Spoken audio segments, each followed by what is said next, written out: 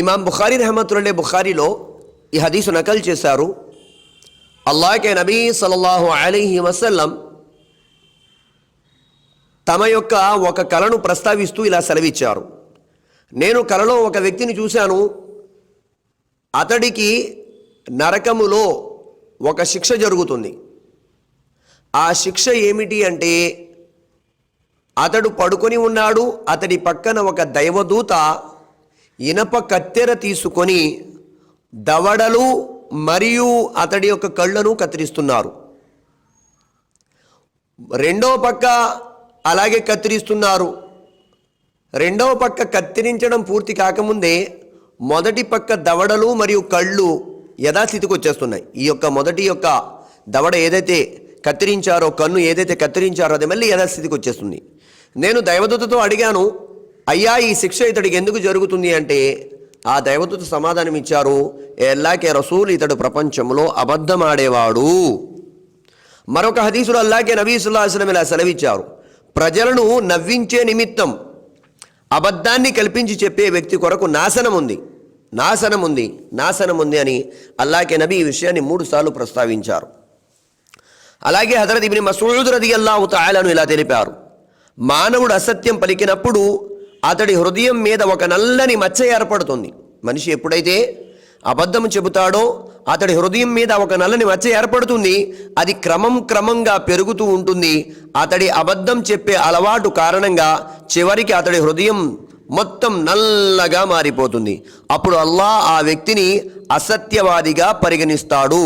కాబట్టి ఒక ముస్లిం తన నాలుకను అదుపులో ఉంచుకొని ఏదైనా విషయం గురించి నిజమైన సారం ఏమిటో తెలిస్తే మాట్లాడాలి, లేదా మౌనంగా ఉండాలి.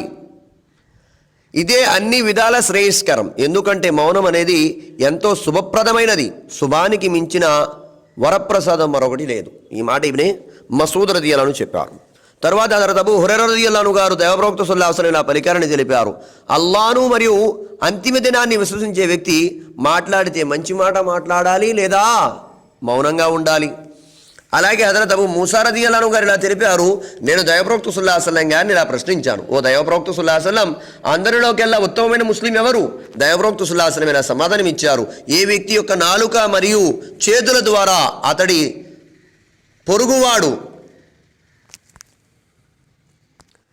కష్టానికి గురి కాకుండా ఉంటాడో అతడే నిజమైన ముస్లిం అన్నారు. ఏది ఏమైనప్పటికీ అసత్యం అనేది చాలా చెడ్డ మార్గం, చాలా చెడ్డ పని.